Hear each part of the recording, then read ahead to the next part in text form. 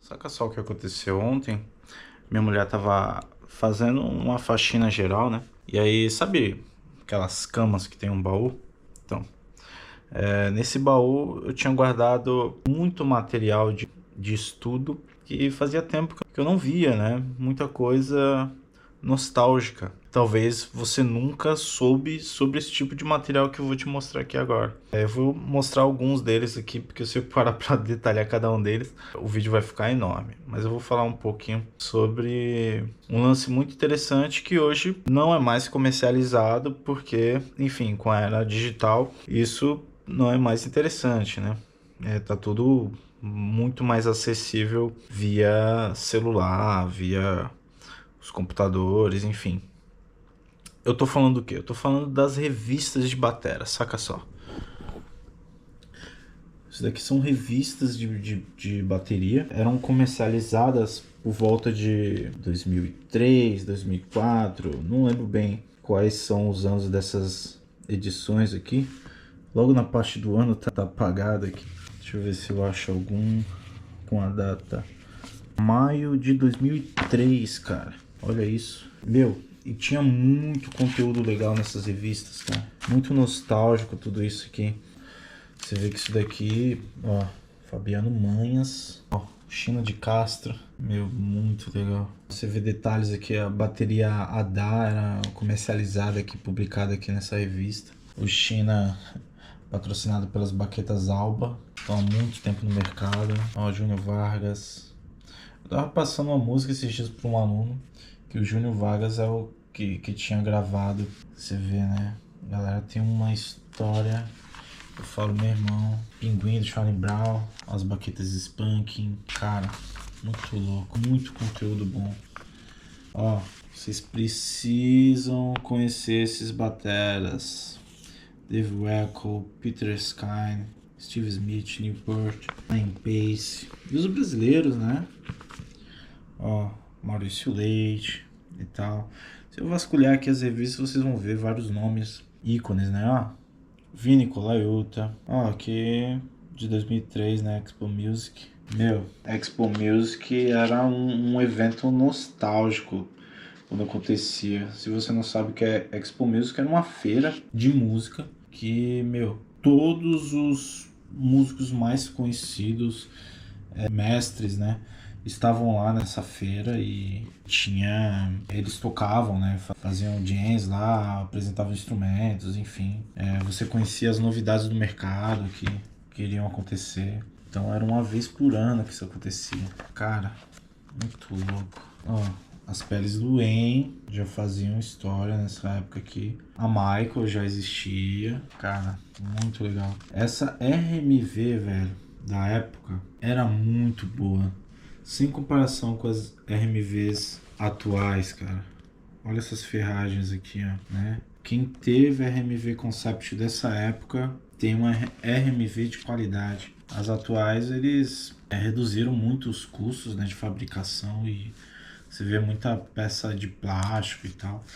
Mas essa RMV aqui, dessa época aqui, meu irmão, era muito som. Cara, cê é louco. Só os monstros aqui, ó. Guga Teixeira, o Maguinho, Las Casas. Cara, muita história tem aqui nessas revistas, velho. E aí o que acontecia? As revistas tinha sempre alguma análise de músicas, tinha sempre alguma aula aqui, tá ligado? Ó, cadê? Vou colocar, geralmente ficava no final as análises e transcrições. Ó, aqui, ó. Exercício aqui, ó, do Aquiles. Aqui essa edição aqui falava sobre dois bumbos, né? Muito interessante, cara. Muito legal você conhecer a história, né? E aqui ela era muito bem detalhada por todo mundo que fazia, que tinha, né, a entrevista, que tinha algo registrado aqui na revista. Ó, Ricardo Confessório, Ivan Buzik e o Maurício Leite, né, como já comentei antes. Vera Figueiredo, ó, Ramon Montanher, ó como era escrito o nome dele, né?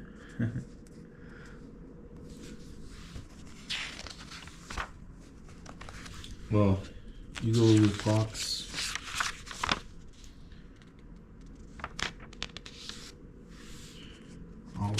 estudo sobre rudimentos. Meu, de percussão também, ó. O fato é que a revista se chama Batera e Percussão, né? Então tinha muito disso. Eu não tenho muitas revistas, né? Mas as que eu tenho aqui me marcaram. São revistas que eu li várias vezes. Que a galera divulgava. Qual era a forma de divulgação? Era através da revista, né? Aqui, ó, os professores, né? Tudo cara conceituado. Olha aqui a Turbo. Meu, todas as igrejas pentecostais, igrejas tradicionais tinham baterias desse tipo, né? Da Turbo, Enforce. Como é que era o nome? Aqui no final sempre tem algumas transcrições de música. Cadê? Que música era essa? Olha só que legal. Minha Luta do Oficina G3, tocado pelo Luffy, né? Luiz Fernando. O Pedro Júnior fazia um trabalho sensacional, cara. Transcrevia cada um dos detalhes da música. Ele pegava várias músicas e transcrevia aqui, cara. Ó, lição do Amilcar Cristofaro, que, meu, um monstro aí de pedal duplo. Da banda, né? Torture Squad e enfim, Lael Medina. Não sei por onde anda, mano, mas esse cara sempre tinha algum conteúdo aqui, ele divulgava aqui as aulas dele, né? Um baita profissional também. Enfim, cara. E essa revista aqui tem uma história interessante sobre ela. Ela falava muito sobre técnica de mão. E na minha época de adolescência, a coisa que eu mais estudava era o quê? Técnica de mão. Porque não tinha bateria, então o que eu conseguia fazer na maior parte do tempo era estudo de técnica de mão. E aqui, olha só quem falava sobre técnica de mão nessa revista. Marco Mínima, Kiko Freitas e Douglas Las Casas e Lauro Leles. Mano, você tá maluco. Então aqui eles falam sobre pro Douglas Las Casas assinar.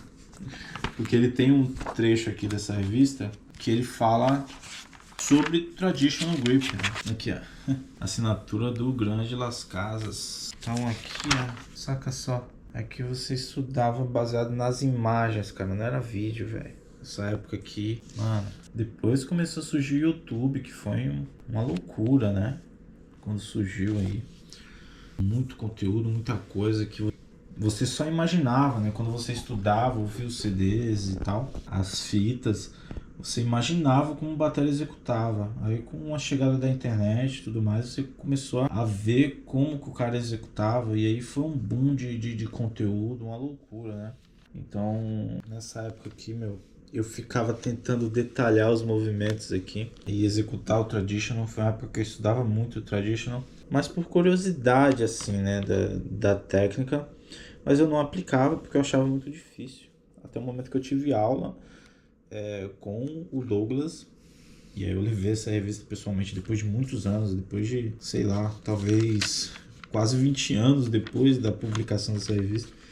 Eu conheci ele e aí eu tive uma aula vendo o cara fazendo na minha frente.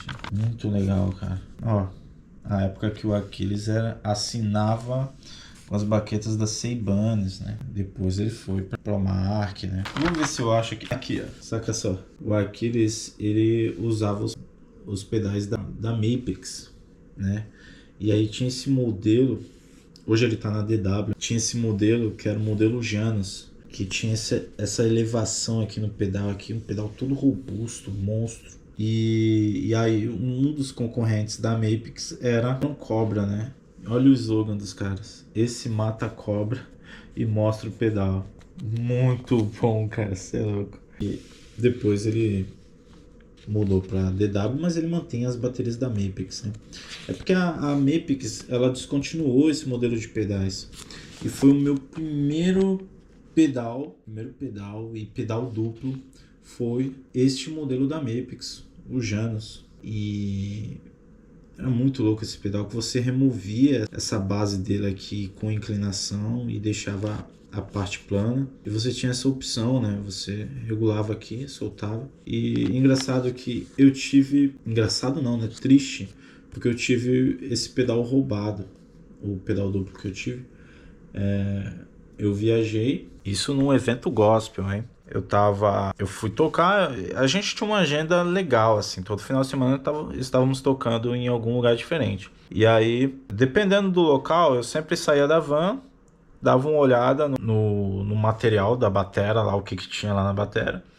E aí, se fosse um nível legal, umas ferragens legais e tal, eu não tirava as ferragens que ficavam na van. Então, numa dessa, eu descia, olhava lá, tem um pedal legal e tal, tem uma ferragem legal, eu não vou tirar a minha lá da van.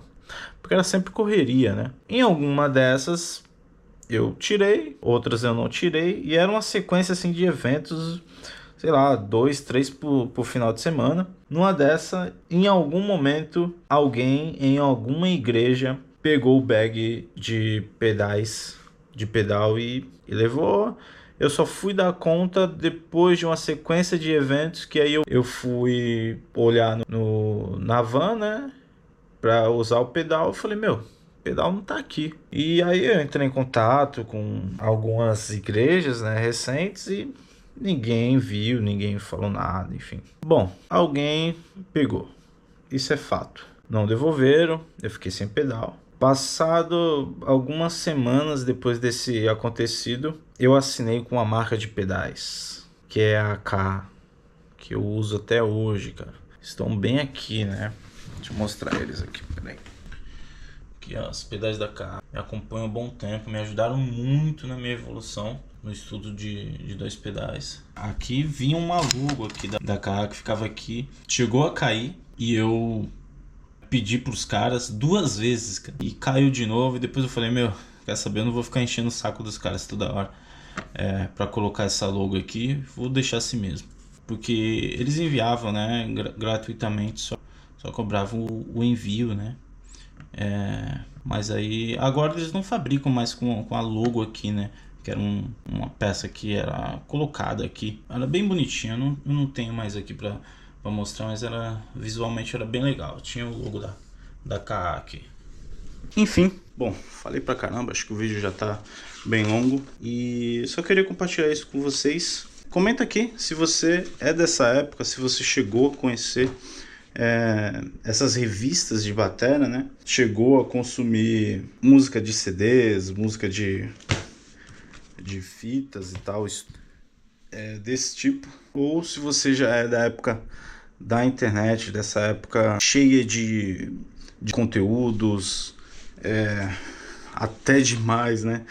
Porque eu vejo que é um grande problema da geração atual, é que fica rodeada de muito conteúdo e aí não sabe para onde ir. Cara, isso mudou também comigo, a minha forma de ver a música, assim. Isso, de certa forma, digamos que atrapalhou-me um pouco, porque eu vi um turbilhão de informações e não sabia para onde ir, né? Eu acho que isso é um fator a se pensar, como, por exemplo, isso me afetou em um dado momento, quando chegou esse lance todo de tecnologia, de informação muito rápida. Mas o que fez eu mudar meu mindset novamente foi, calma aí, velho, vamos focar nas poucas coisas que você necessita focar. Isso é um assunto para outro vídeo, que aí eu vou falar um pouco sobre estudos e o que focar, como estudar, tá legal? Para esse vídeo não ficar muito longo, eu vou parar por aqui. Te agradeço por ter assistido até aqui. Nos vemos numa próxima, então. Valeu, obrigado.